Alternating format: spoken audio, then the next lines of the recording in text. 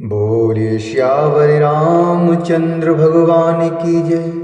महर्षि वाल्मीकि भगवान की जय। श्री हनुमान जी महाराज की जय। श्रीमद् वाल्मीकि रामायण के अयोध्या कांड के 29वें सर्ग में आज हम प्रवेश करेंगे और जिसमें वर्णन है सीता का श्री राम के समक्ष उनके साथ अपने वन गमन का औचित्य बताना। सीता का श्री राम के सामने उनके साथ अपने वन गमन का औचित्य बताना। श्री रामचंद्र जी की यह बात सुनकर सीता को बड़ा दुख हुआ।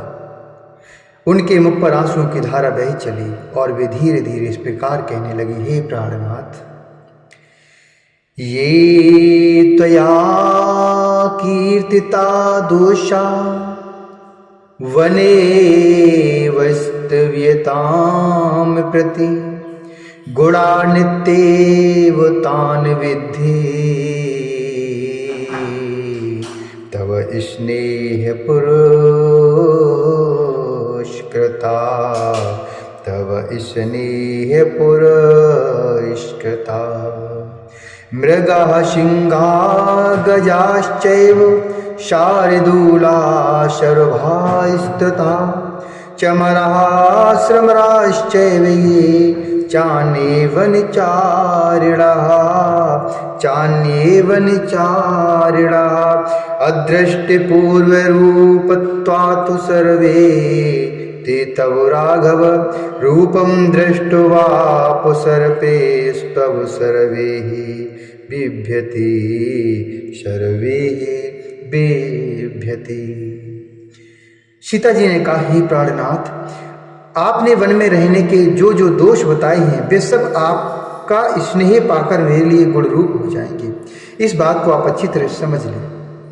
हे रघुनंदन, मृग, सिंह, हाथी, शेर, सरव, चमरी, गाय, नील गाय तथा जो अन्य जंगली जीव हैं वे सब के सब आपका रूप देखकर भाग जाएंगे, क्योंकि ऐसा प्रभावशाली स्वरूप उन्होंने पहले कभी नहीं देखा होगा।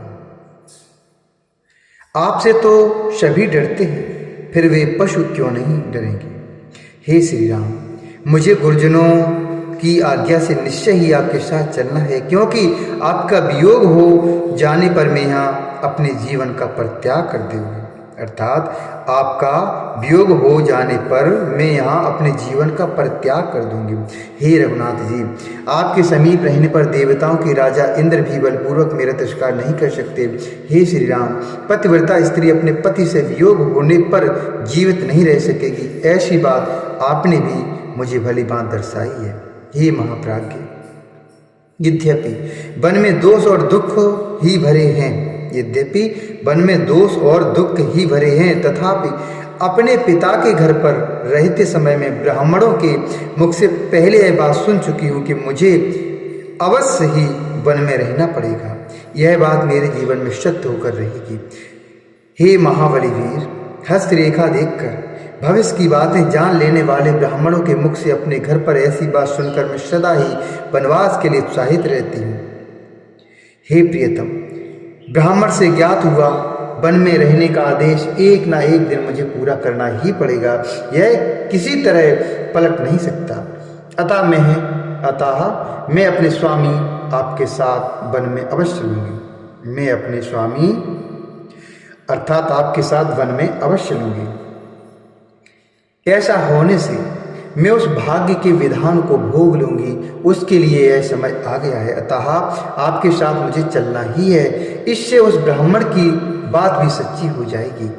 हे वीर, मैं जानती हूँ कि वनवास में अवश्य ही बहुत से दुख प्राप्त होते हैं, परंतु वे उन्हीं को दुख जान पड़ते हैं जिनकी इंद्रियां और मन अपने बस में नहीं है। पिता के घर पर कुमारी अवस्था में एक शांति परायणा भिक्षुकी के मुख से भी मैंने अपने वनवास की बात सुनी थी। उसने मेरी माता के सामने ही ऐसी बात कही थी।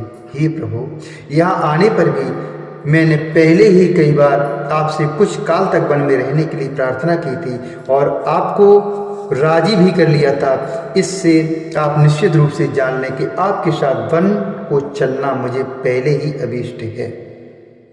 वन को चलना मुझे पहले से ही अभीष्ट है। हे रघुनंदन, आपका भला हो।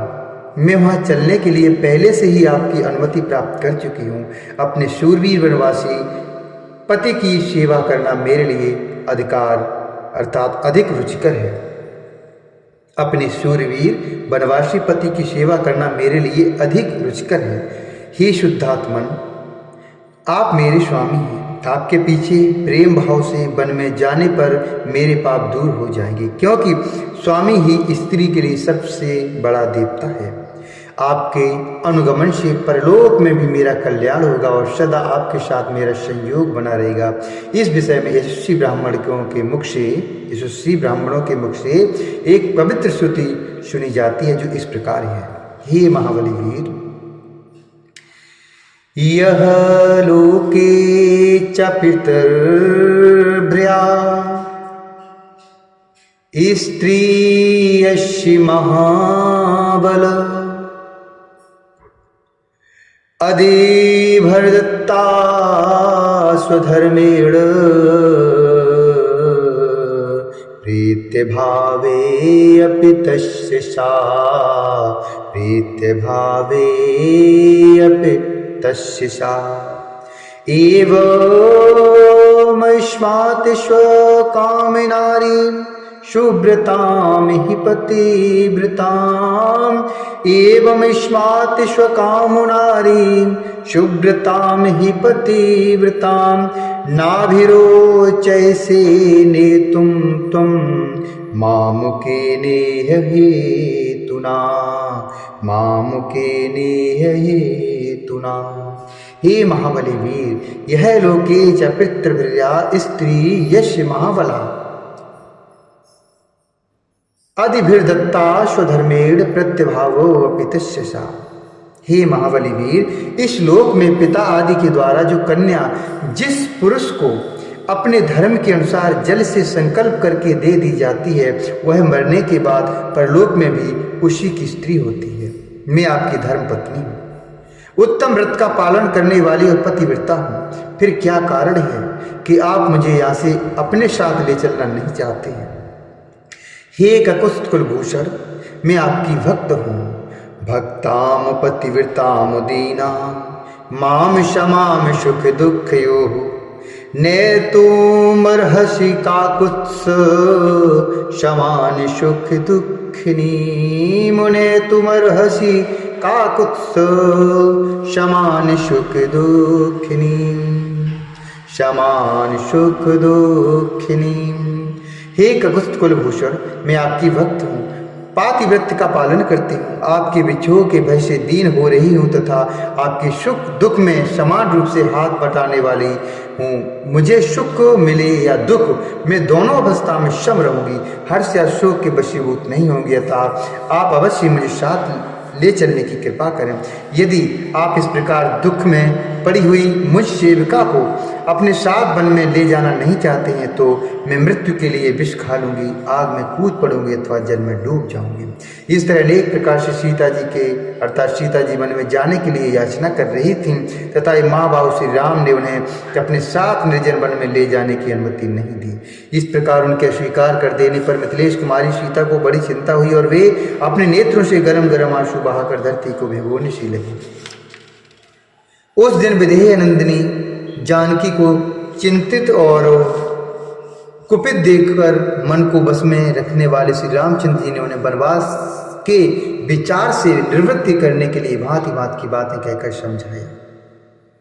इत्यादि से श्रीमद् रामायणे वाल्मीकि आदि काव्य अयोध्या कांडे 39 सर्ग। इस प्रकार श्री वाल्मीकि निवृत्ताश्रम काव्य के अयोध्या कांड में 29वां सर्ग पूरा हुआ। बोले श्यावर रामचंद्र भगवान की जय। बोले महर्षि वाल्मीकि भगवान की जय। श्री हनुमान जी महाराज की जय।